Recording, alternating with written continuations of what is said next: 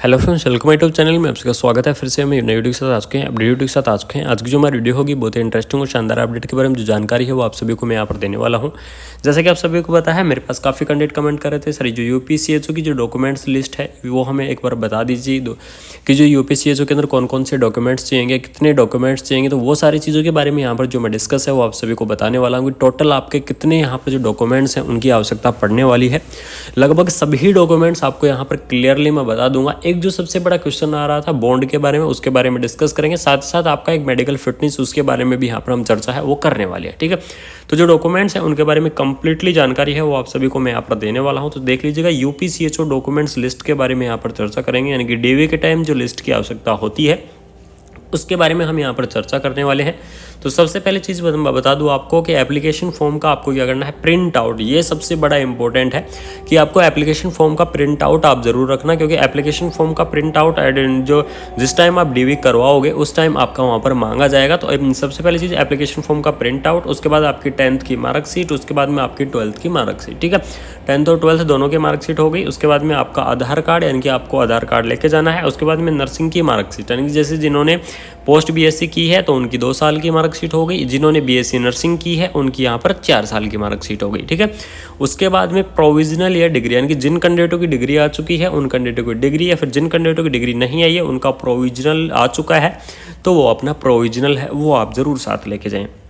उसके बाद में बात करते हैं कास्ट सर्टिफिकेट में के बारे में यहाँ पर डिस्कस कर लेते हैं। तो कास्ट सर्टिफिकेट के बारे में मैं बता दूं, सबसे पहले जो यूपी वाले कैंडिडेट हैं तो उनके लिए यहाँ पर कास्ट सर्टिफिकेट बड़ा रोल निभाने वाला है, क्योंकि वो कैंडिडेट किसके अंदर आएंगे, ओबीसी के अंदर आएंगे। तो जो कैंडिडेट ओबीसी के अंदर आते हैं उनके लिए कास्ट सर्टिफिकेट होना जरूरी है। यूपी वाले कैंडिडेटों के लिए ये पॉइंट है, ये रखा गया था। ठीक है, इसी के साथ साथ आपको जाति और मूल निवास, यानी कि सभी कैंडिडेटों को अपनी जाति अपनी मूल निवास आप जरूर बनवा के लेके जाएं, चाहे वो अदर स्टेट का कैंडिडेट हो चाहे वो यूपी स्टेट का कैंडिडेट हो। ठीक है, उनको क्या करवाना है, अपने जो डॉक्यूमेंट ये जाति और मूल है ये आप जरूर बनवा के लेके जाएं।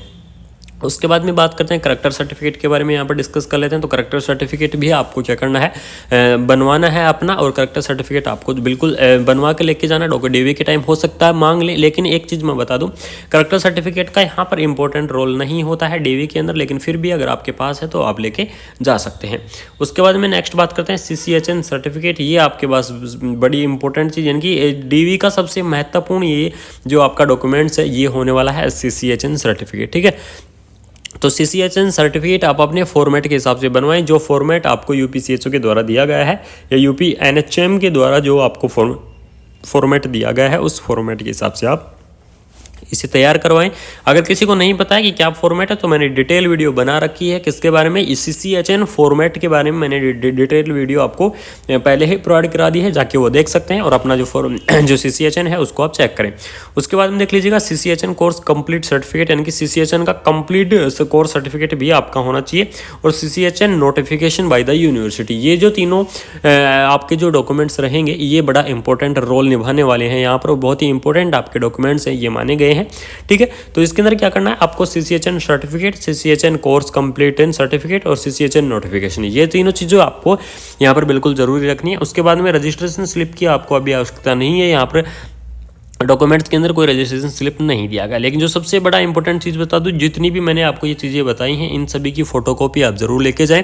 लगभग ज़्यादा भी नहीं तो आप 2 सेट बिल्कुल लेके जाएं। ठीक है, इन सभी डॉक्यूमेंट्स के आप 2 सेट लेके जाएं, दोनों को आपको सेल्फ अटेस्टेड कर लेना है। उसके बाद में जो सबसे बड़ी और इम्पोर्टेंट चीज़ आती है कि आप लगभग 4 या 5 अपनी जो पासपोर्ट साइज़ की फ़ोटो है वो आप ज़रूर लेके जाएँ, क्योंकि उस टाइम आप ना तो कुछ करवा पाओगे और ना वहाँ पर आप तुरंत फ़ोटो ले पाओगे। इसलिए आप 4 से 5 अपनी जो पासपोर्ट साइज की फ़ोटो है वो आप यहाँ पर जरूर लेके जाएं। एक जो सबसे बड़ा इंपॉर्टेंट क्वेश्चन आ रहा था, शायद किसी कैंडिडेट ने पूछा था मेरे से, बाकी कैंडिडेटों ने नहीं पूछा, कि सर मेडिकल फिटनेस का हमें क्या करना है। ठीक है, कि हम जो मेडिकल फिटनेस है वो कहाँ से बनवा के लेके जाएं, क्योंकि डॉक्यूमेंट्स वेरिफिकेशन के टाइम या फिर जब आप वहाँ पर ज्वाइन करोगे, ठीक है, यानी कि आप CMO ऑफिस के अंदर ज्वाइन करोगे उस टाइम आपको यहाँ पर ये फिटनेस चाहिएगा। अभी डॉक्यूमेंट्स वेरिफिकेशन के अंदर फिटनेस की आवश्यकता नहीं है, तो उसके बारे में बाद में चर्चा कर लेते हैं। वो नेक्स्ट प्रोसेस है, डॉक्यूमेंट्स वेरिफिकेशन की बाद की प्रोसेस है, तो उसके बारे में आपको बाद में मैं डिटेल से समझा दूंगा। ठीक है, डॉक्यूमेंट्स वेरिफिकेशन के टाइम आपको इन चीज़ों का आप जरूर ध्यान रखें। इनमें से आप अगर आपके पास कोई भी चीज़ नहीं हुई तो आपका